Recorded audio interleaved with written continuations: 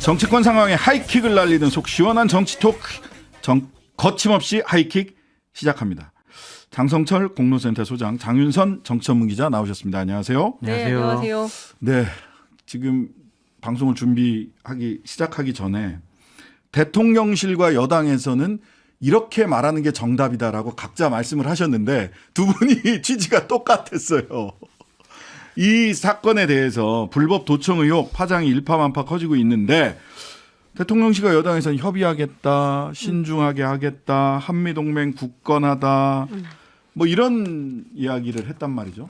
네. 근데 과거에 제가 잠시 전에도 소개를 해드렸습니다마는 메르켈 또 프랑 마크롱 이런 분들이 했던 대응 방식이 있었거든요. 네, 프로토콜이죠. 예, 거의 뭐 정답이 있습니다, 사실. 그리고 중요한 거는 그때도 사실을 먼저 확인하지 않았어요. 예. 그러니까 사실이 중요한 게 아니라 도감청했다는 보도가 나온 것에 대해서 10년 동안 메르켈의 휴대전화를 도청했다고 그 자체를 가지고 세게 기자회견을 해서 그뿐만 아니라 유럽의 다른 정상들까지 포함돼 있었다. 정치인들까지. 그래서 오바마가 결국 사과를 했어요. 다시는. 전화해서. 예. 네. 다시는 하지 않겠다. 미국과 가까운 친구나 동맹국 정상들의 통신 내용을 감시하지 않겠다라고 선언을 해놓고 또 한 거예요.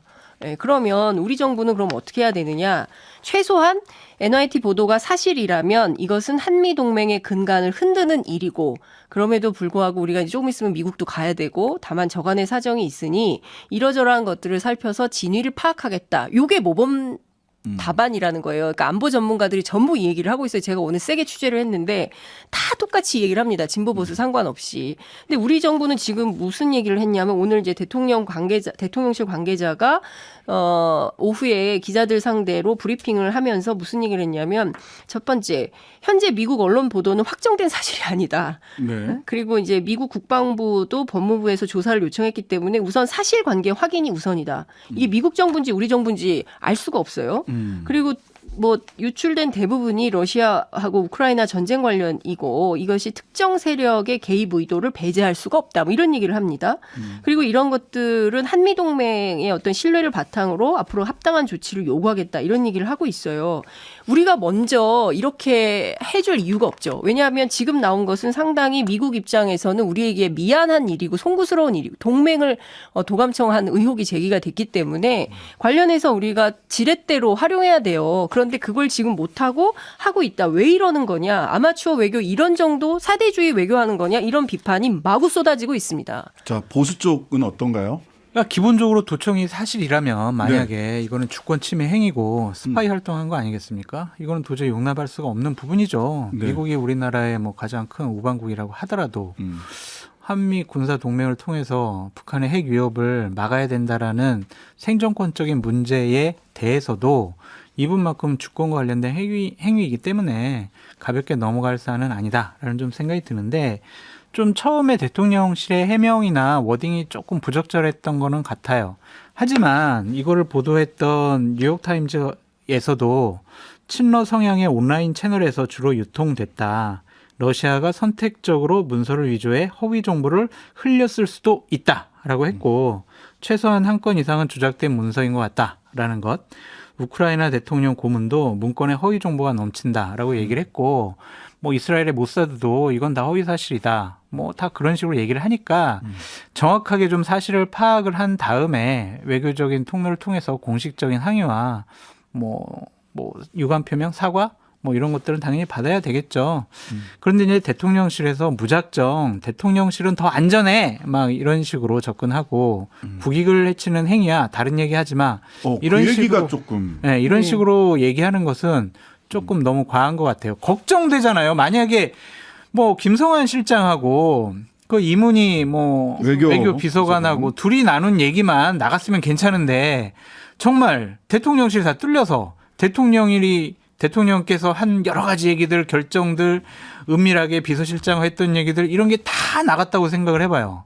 이거는 거의 무방비 상태 아니겠어요? 또 하나 문제는 만약 이렇게 도청이 무방비 상태였다면 결국 미국 CIA에게만 뚫렸겠느냐. 러시아, 중국, 북한, 일본 이런 스파이들이 와가지고 다 뚫었으면 어떡하냐고요. 그러니까 야당이 지적에 대해서 너무 에이 너희들 청와대 때보다는 용산이 훨씬 더 방어벽이 더 잘 돼 있어. 이런 식으로 공격하는 것보다는 다시 한번 좀 살펴보고 야당의 지적도 귀담아 들 건 좀 귀담아 들어라 그렇게 말씀드려요. 그러니까요. 지금 뭐 저 살펴봐야 되는 이슈들이 한두 가지가 아닌데요. 그러니까요. 그러니까 첫 번째로 오늘 그 대통령실 관계자가 얘기한 것 가운데 앞서 말씀하신 대로 지금 뭐 한미 정상을 앞둔 시점에서 이번 사건을 과장 왜곡해서 동맹을 흔들려는 세력이 있다면 무슨 국민들로부터 저항을 받을 것이다. 이제 이런 얘기를 하는 것은 그건 NYT 워싱턴 포스트 이런 데네요. 나 얘기를 해야 되는 거죠. 문제 제기를. 그쪽에 얘기를 하셔야지. 예, 그러니까 이거는 사실 우리 기자들을 상대로 이런 얘기를 한다는 것은 기사 똑바로 써. 이런 식의 일종의 협박성 발언으로 들릴 수도 있는 겁니다. 네. 이렇게 하면 안 되고요. 이런 사안이 떠졌을 때일수록 상세하고 정확한 내용을 브리핑을 해줘야 돼요. 그래야지 오해가 없는데 뭐 이런 식인 겁니다. 기자들이 물어요. 김성환 전 실장하고 이문희 비서관은 어쨌든 우리나라 사람들이니까 네. 당신들이 이런 대화를 한 적이 있느냐라고 해야 되는 거 아니냐. 그러니까 무슨 얘기를 하냐면 뭐 필요하면 하겠지만 이번 사안은 외교와 정보 사안이므로 구체적으로 확인해주지 않는 관례를 잘 파악해주기 바란다. 그러니까 확인을 안 해줍니다. 이러니까 일파만파 혹시 또 다른 가능성이 계속 나오는 거예요. 근데 이 정부의 특징입니다. 이것은 이번뿐만이 아니라. 네.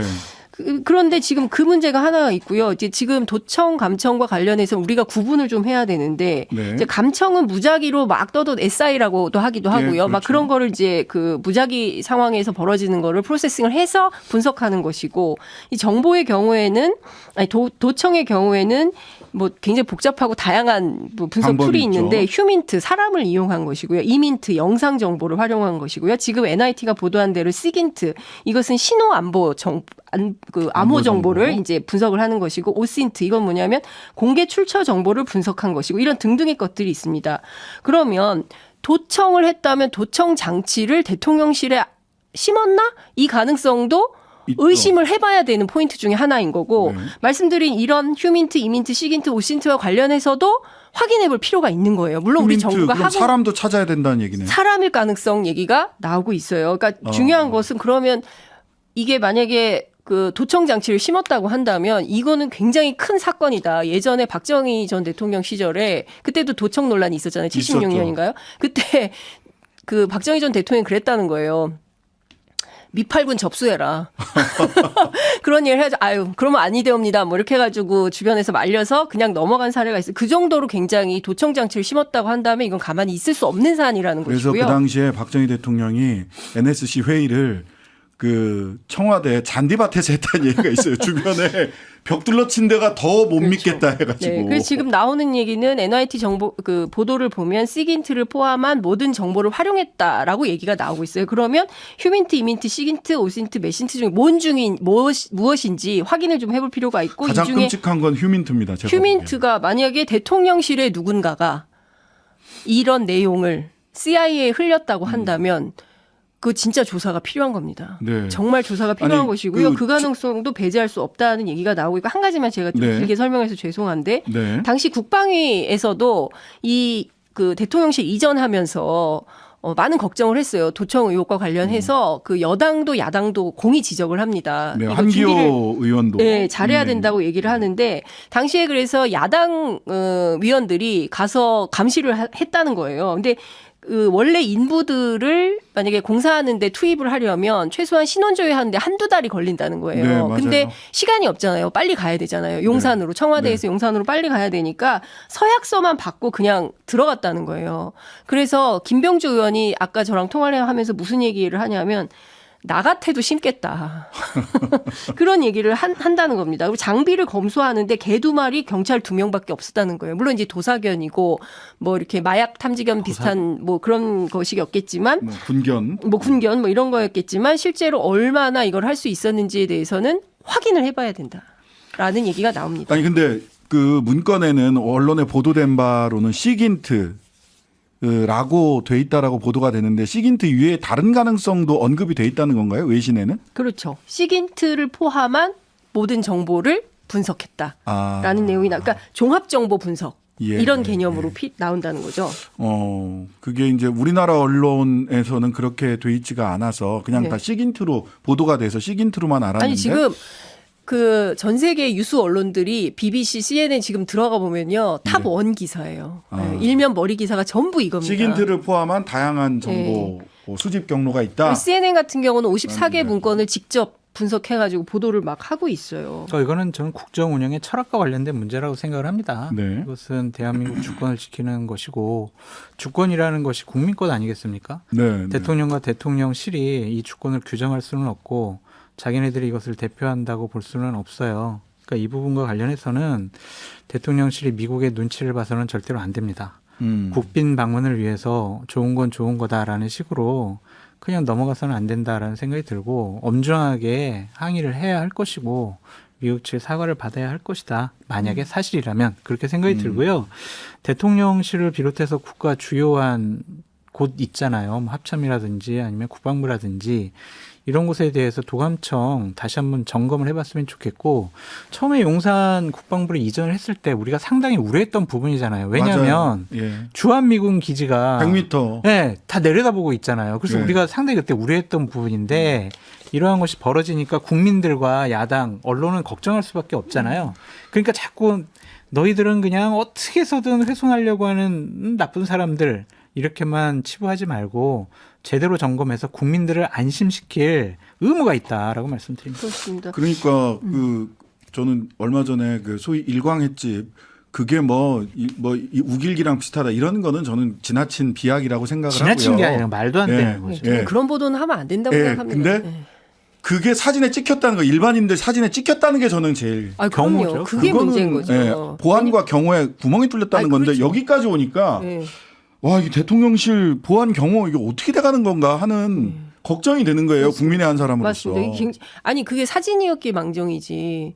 거기에 저격도 가능한 자리에 누군가 있었다는 거잖아요. 이게 말을 지금 하자면. 보통 심각한 문제가 아니에요. 그런데 저는 대통령실이 그러니까 애니스붕어 문재인 이런 식인 거예요. 뭐냐면 오늘도 이제 설명을 하면서 그 청와대 벙커 구조물이 반쯤 지상으로 돌출돼 있기 때문에 사실은 용산이 청와대보다 더 안전하다 이런 주장을 했어요. 근데 저는 이거 설명하시는 분도 아마 아실 텐데, 그러니까 저도 노무현 정부 때 벙커 취재를 한 바 있는데요. 네. 이게 위로 올라와 있는 게 아니라 지상에서 15m 정도 밑으로 이렇게 깎아가지고 차가 들어갈 수 있게 공사를 한 거예요. 그리고 엄청나게 두꺼운 철문이 있고 그 철문을 열고 들어가면 일종의 아파트 들어가면 현관이 있듯이 네. 길이 있고 통로가 있고 그 다음에 여러 가지 이제 시설들이 나와요. 근데 그런 건데 그리고 이제 창문이 없어요. 아예. 네, 예, 네. 그런 방식인데 물론 우리 용산에 있는 벙커도 지하에 있겠죠. 그런데 회의를 지하에서 했냐? 아닐 수 있다는 거예요. 그래서 유리창 음파로 도청할 수 있다 이런 등등의 얘기들이 나오는 거 아닙니까? 그러니까 지금 시중에서 여러 가지 의견들이 막 떠도는데 마치 지금 아무 문제 없고 이거 문제 제기하는 사람들이 문제인 것처럼 프레임을 이렇게 짜면 더 큰 문제가 생길 수 있다는 겁니다. 저는 그 얘기를 꼭 하고 싶습니다. 네, 어쨌든 아까도 제가 잠깐 소개를 드렸는데 메르켈 총리가 오바마 대통령에게 전화를 해서 또 국민들에게 이렇게 얘기를 했습니다. 총리로서 이 사안에 대해 명확히 하는 것이 국민들에 대한 책임이라고 생각한다. 왜냐하면 주권 국가이기 때문에. 그렇습니다. 예. 요 얘기 이거 며칠 갈 것 같은데요. 하루 이틀에 끝날 문제가 아닌 것 같아요. 며칠이 아니고 며칠이 지금 아니고 계속 갈 문제죠. 예, 계속 갈 문제로 예. 보여요. 예. 그런데 또 오늘은 또 굉장히 또 중요한 날이라서 이 얘기는 안 하고 갈 수가 없어요. 뭔 얘기 하시려고. 뭐죠? 예. 총선거 1년 전입니다, 오늘. 아, 내년 4월 10일 날 총선입니다, 총선. 예. 1년을 앞두고 두 분이 전문가시잖아요. 총선 예측을 좀 해봐야 될 것 같아요. 민주당 쪽 우리가 연 3일간 계속 할 거예요. 오늘은 민주당, 내일은 정의당, 모레는 국민의힘 이렇게 한 분씩 모시고 얘기를 하긴 할 텐데. 지난주 금요일에 있었던 갤럽의 여론조사에 의하면 네. 국민의힘으로서는 대구 경북을 제외하고는 전 지역에서 기록적인 참패를 기록할 수밖에 없다라고 말씀을 드릴 정도의 악몽 같은 여론조사가 이제 발표가 됐었죠. 네.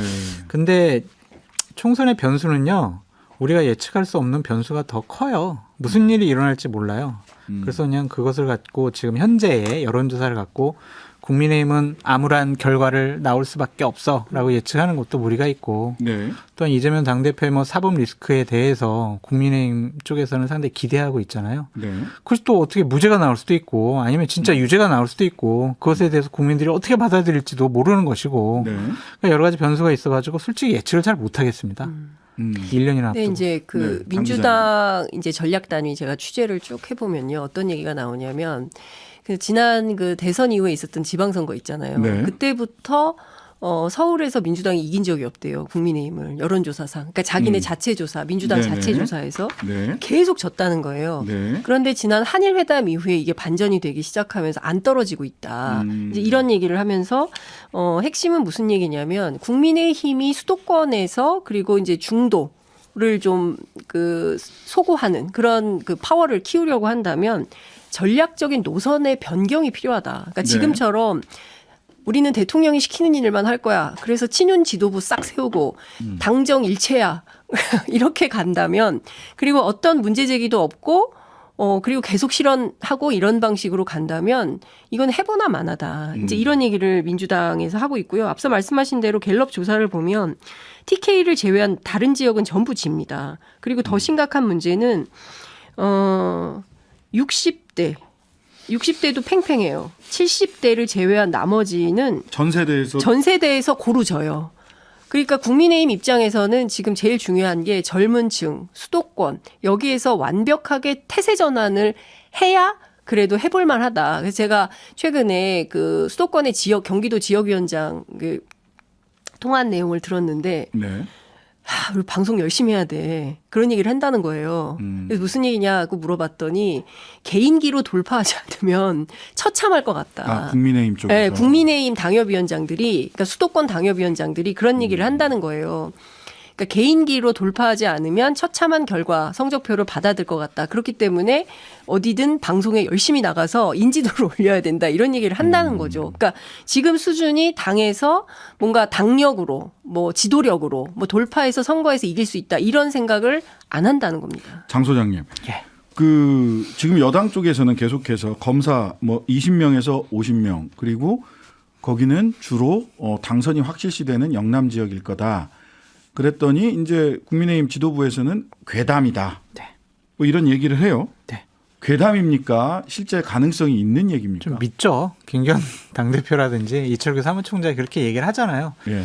근데 검사가 출마를 할 거야. 대통령실에서 윤석열 대통령이 내려보낼 거야. 이거는 우리의 추측과 상상의 영역이잖아요. 네네. 가장 당의 핵심적인 분들이 아닐 거야. 아니야라고 얘기를 하니까 저희들로서는 뭐 믿어야지 어쩌겠습니까? 아니 그래도 길 거야 맞을 거야 이렇게 할 수는 없잖아요. 네, 근데 사실, 저는 여론조사를 항상 볼 때 네. 중도층과 무당층을 봐요. 거기가 핵심이죠. 예, 뭐 자기네들 정당 지지하는 사람들이야 뭐 7, 80% 이상 지지를 하니까. 네. 근데 이번 갤럽 여론조사도 보면 네. 무당층에서는 48%가 야당을 선택을 하겠다.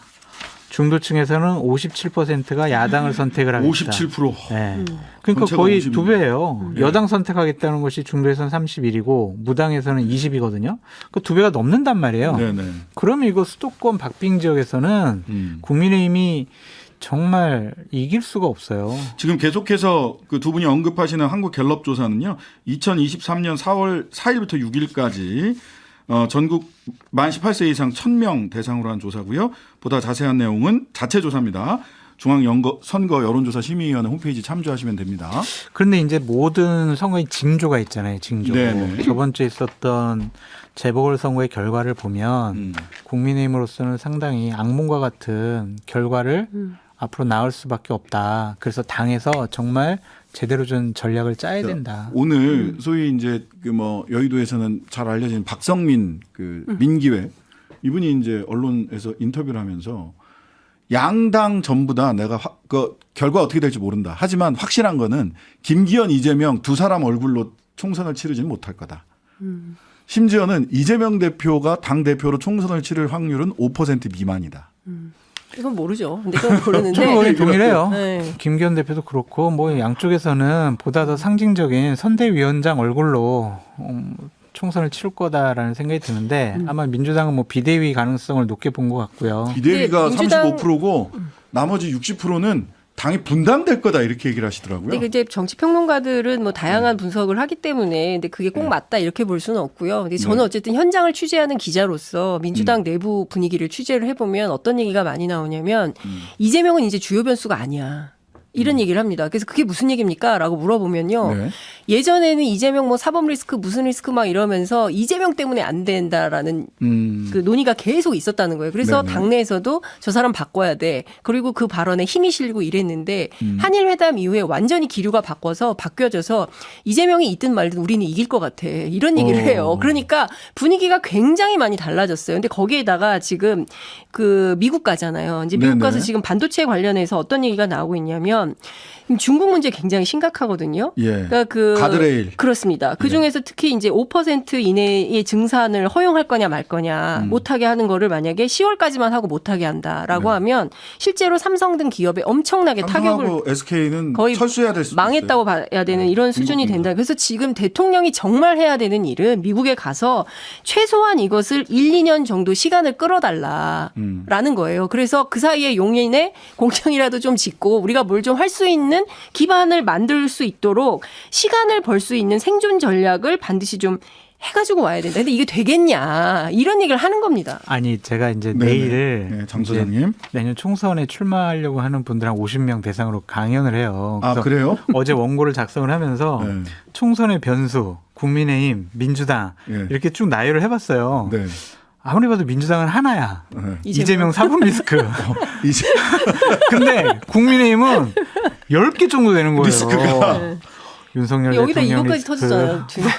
김건희 여사 리스크, 김기현 당대표 리스크, 최고위원들 리스크, 중국 리스크, 뭐 경제 리스크 너무나 많은 거예요. 리스크의 양에서 여권이 훨씬 더 압도하는 것 같아서 큰일 났어요. 오늘 리스크가 하나 추가됐네요. 그러니까요. 아니 도청을 뭐 윤석열 대통령이 했습니까? 미국이 한 거 아닙니까? 그러니까 일종의 그러니까 지금 국민의힘은 스크류 때문에 안 되는 거야. 스크류? 네, 리스크. 리스크. 큰일 났어요. 아, 근데 이제 그렇군요. 김기현 당대표가 본인의 리더십을 제대로 좀 세워야 되겠다라고 해서 네. 남 탓을 하잖아요. 우리가 이번에 진 거는 전북도당위원장 탓이야. 시도당 그러니까. 이거 다 가르쳐야 당무감사해야 돼. 돼. 당무감사해야 돼. 아니 울산부터 해야 되는 거 아닙니까? 할 말이 없네. 울산 졌잖아요. 그러면 자기네 지역구부터 자기가 먼저 좀 대승적 차원에서 내가 잘못했다. 내 탓이오를 해야지 남 그러니까 탓이오를 하면 모든 어떡하나. 원인을 나로부터 찾아야 되는데 나를 빼고 다른 쪽에서 원인을 찾는다면은 제대로 된 원인 진단이 안 된 거잖아요. 네. 그럼 제대로 된 선거 전략이 나올 수가 없어요. 네. 그 저는 되게 우려스럽고 걱정되게 봅니다. 자, 오늘 전광훈 목사. 네. 말이 정치인은 종교인의 감시가 필요하다. 나의 통제를 받아야 된다. 200석 만들어주겠다. 이렇게 얘기를 했어요. 근데 장해찬 최고위원을 제외하고는 이렇게 공개적으로 딱 선을 긋는 모습이 뚜렷하게 보이지 않아서. 그러니까 왜요? 김기현, 윤재혁 대표도 뭐 윤재혁 원내대표도 세게 얘기하셨어요? 극우와 손절해야 된다는 아, 극우와? 네. 근데 김기현 대표는 좀 나중에 얘기할게요. 나중에 이런 식으로 좀 얘기할게요. 빠졌단 이런 말이에요. 식으로 그러니까 그거를 빨리 좀 선긋게 해야 되고 네. 말씀드리지만 김재원 최고위에 대해서는 빨리 더 강한 조치가 필요해요. 김재원 최고위원의 정광훈 목사 언급 때문에 일이 계속 꼬이고 있잖아요. 그분 조치가 먼저 필요하다고 말씀드려요. 근데 저는 한 달이면 된다고 판단하는 것도 심각한 오판이라고 한 생각합니다. 달? 한 달 후에 나오죠. 그때부터 또 시작이에요. 김재원 최고. 김재원 최고요. 왜냐하면 뭐가 한 나오는 달인가 했네. 그렇죠. 한 달 동안 본인이 스스로 자숙하겠다라고 자기가 규율한 거 아닙니까? 네. 그러니까 국민들이 보기엔 그게 합당하다 좋다 이렇게 생각 안 하잖아요. 근데 그분이 나오는 순간 그때부터 논쟁은 다시 시작한다니까요. 그렇기 때문에 이거는 처방전이 될 수가 없어요. 그러니까 그분의 목적은 공천받는 거잖아요. 네. 그럼 경선하잖아요. 그러면 그럴 때 정광훈 필요하다. 목사가 집어넣은 당원들 도움받겠다라는 거니까. 자, 알겠습니다. 거침없이 하이킥 오늘은 여기까지 하겠습니다. 지금까지 장성철 소장, 장윤성 기자였습니다. 감사합니다. 네, 감사합니다. 감사합니다. 하루 종일 기다려지는 진짜 시사. 평일 저녁 6시 5분 신장식의 뉴스 하이킥.